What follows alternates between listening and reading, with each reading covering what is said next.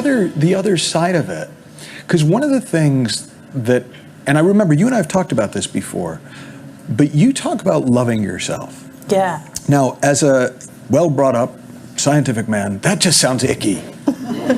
Right? But I know when you talk about it, it's not icky. Like, I don't get that. I don't get that vibe. Well, you just need to love yourself. You know, it's right. Like, I don't get that when you talk about it. So when you talk about, like, for you, what is it? This is a terrible question. What is it to love yourself in a non-icky way? That's a great question. It's a great way of putting it. It means to realize that you are an expression of God. You are an expression of the universe. And to not honor that, to not recognize that, means to deny God from expressing himself, herself, itself through you. When you don't value yourself, when you don't see yourself as worthy, when you don't allow yourself to receive, you literally are blocking yourself from being who you came here to be. You are depriving the world from experiencing you. You're depriving the world of who you came here to be. And if you think in terms of the tapestry that I spoke about, that thread in the tapestry, that thread needs to express itself to touch all the other threads, who will then go on to touch all the other threads. You're depriving that thread from doing that. You're depriving the tapestry from being complete. You are part of a complete tapestry. So to reverse engineer that, when I was growing up, I was taught that it was selfish to love myself. And I was also taught that we have to suppress our egos. Every time my parents would take me to see spiritual gurus, which used to happen pretty often, the theme was pretty common, that you have to worship somebody, something, somebody, even if it was a guru or a being outside. You had to worship someone outside of you, so you give your power away to someone outside of you, and you have to diminish your own ego.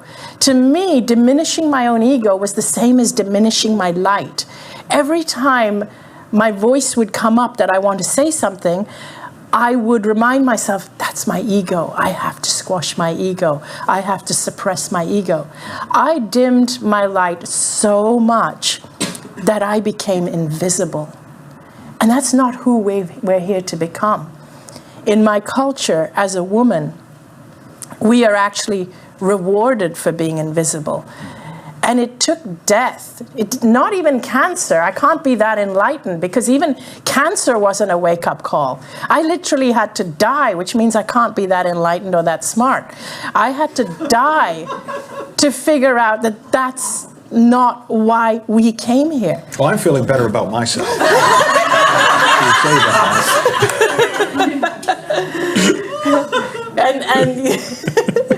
And we come here really to shine our light, to be full expressions of ourselves, not to diminish. And that's what it means to me to love yourself.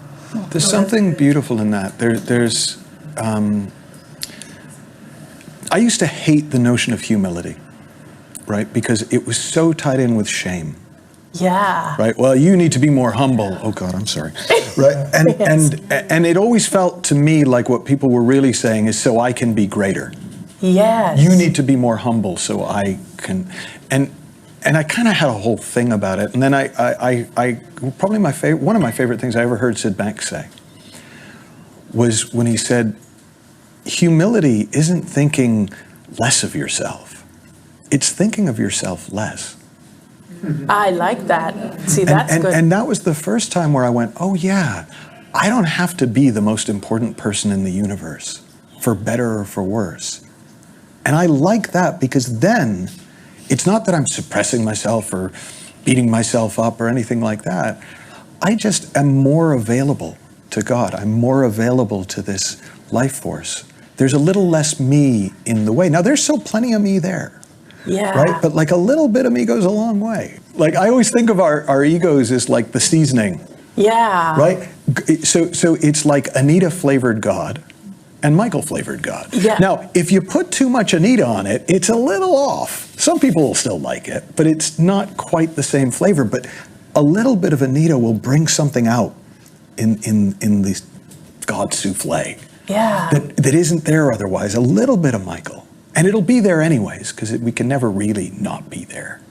That brings something unique out in the flavor. And there'll always be people who love Anita flavored God. There'll be people who love Michael flavored God. There'll be people who love, you flavored God, Kelly flavored God, Liat flavored God, Pramila right? It's fine. It's really good. Yeah. But it's just that you don't need quite as much of it as I think we sometimes put in. I agree with you. And see, and I feel that way about ego, in that when you tell somebody, just like you said, if somebody says to you, don't be so, like you've got to have more humility. The same way if somebody says, don't be so egotistical.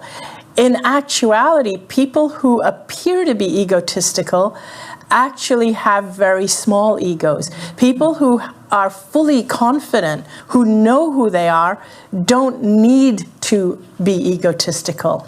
They don't need to constantly be the center of attention.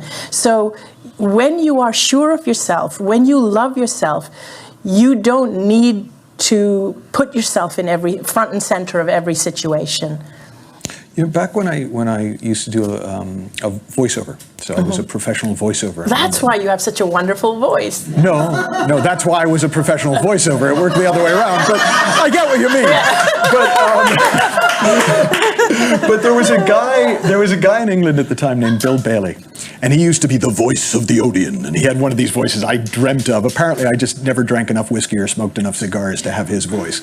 But he was this larger-than-life character. He dressed all in black. He was about 300 pounds. He always had a big black 10-gallon hat, and just was this larger-than-life character. And he kind of took me under his wing because we'd run into, I was usually the light voice and he was the heavy voice. And so we did some work together. And I remember him saying something to me one day that really impacted me. And he said, Michael, I won't do the voice because I can't. He said, in this world, you must get rid of all vanity, but never let them take your ego. And oh my God, that made a difference to me. Because I suddenly saw that they were two different things. Vanity, for me, was about wanting people to see me a certain way. Yeah. It was about wanting to appear a certain way. It was about wanting people to like me, wanting people to... But ego, what I took from that, in that moment, was just me being me expressing myself. I like that. Me being true to myself, me living fearlessly. And there was something about just being able to distinguish those two things that made me less self-conscious about it.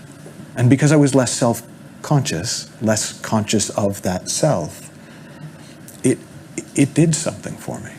That's really beautiful. I like that a lot. And it's similar to the difference between having an ego and being egocentric. Yeah. Yeah, because being egocentric means no awareness of other people, but only your own. But yeah, having a healthy ego. I honestly believe that the reason why we don't have as many spiritual people, we don't have any really spiritually aware people in leadership positions in the world, is because in spirituality we're constantly told to suppress our egos. But you need an ego if you want to hold a leadership position. You really do. So I really think that we really need to change this.